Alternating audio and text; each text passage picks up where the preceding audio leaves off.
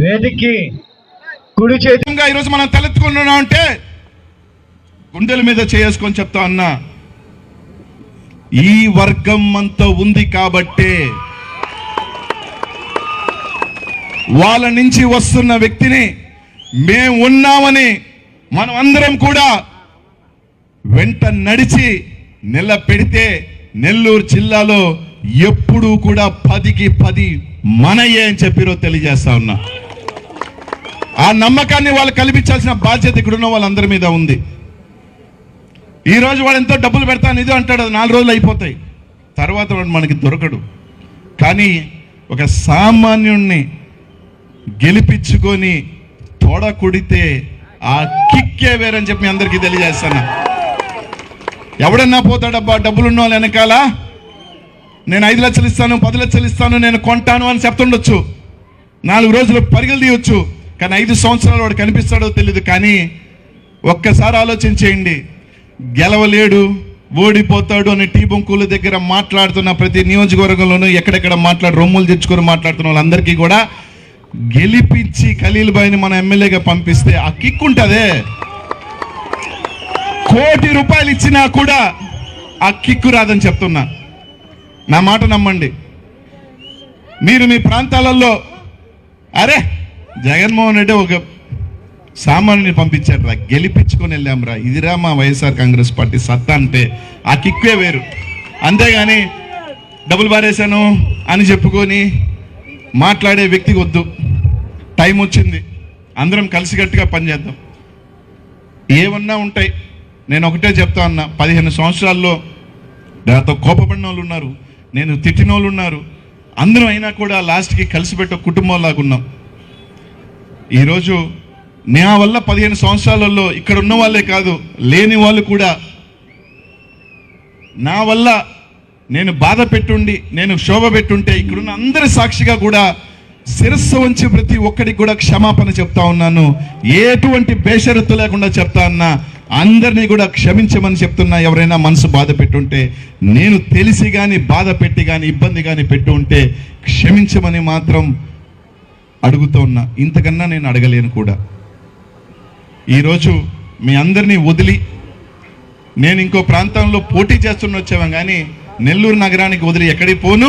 నా ఆఫీస్ ఇదే, రాజన్న భవన్ ఎప్పుడు ఉంటుంది, ఇలాగే ఉంటుంది. నా పిఎల్ ఏంటంటే వారానికి 1 రోజు ఇక్కడే వచ్చి కూర్చుంటా, అందరితో కూడా మాట్లాడుతుంటా, కలుస్తా. వారానికి 1 రోజు ప్రతి సెంటర్లో పొద్దున సాయంకాలం టీ బంకులో కూర్చుంటా, పని లేదు కాబట్టి ఖాళీగా. కానీ నెల్లూరు నగరం వదిలేది లేదు. ఇది నా ఆత్మ. నెల్లూరు నగర నియోజకవర్గం ఇది నా ఆత్మ, ఎక్కడికి వదిలేది లేదు. నేను నరసరావుపేటకు పోయినా వారానికి 1 రోజు పొద్దున్న నుంచి సాయంకాలం దాకా ఇక్కడే కూర్చుంటా. పొద్దున ఏదో ఒక టీ బొంకులో, సాయంకాలం ఒక టీ బొంకులో కూర్చొని టీ తాగి మన వాళ్ళందరితో ముచ్చటేసి, ఖలీల్ భాయ్ బాగా చేయలేకపోతే ఏం బాయ్లో పని చేయట్లేదు అంటే వాడలుగుతున్నాడు వీళ్ళగుతున్నాడు, మళ్ళీ నేనే చదువుతా ఉంటా. ఎక్కడికి చెప్పి తెలియజేస్తా ఉన్నా.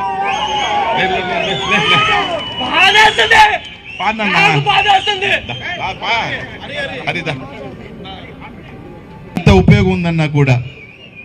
కాబట్టి రేపు అందరం కూడా దగ్గరుండి మీరు ఓన్ చేసుకొని గెలిపించాలి. చాలామంది జీర్ణించుకోలేకపోవచ్చు, అబ్బా ఏంది ఇది అని. ఏమీ లేదబ్బా, 10 రోజులు ప్రశాంతంగా ఉంటే అన్నీ సెట్ అయిపోతాయి. ఎవరికి ఏమి ఇబ్బంది పడాల్సిన అవసరం లేదు. 10 రోజులకి అందరికీ ఒక చేంజ్ ఎవరికైనా ఇదిగా ఉంటుంది.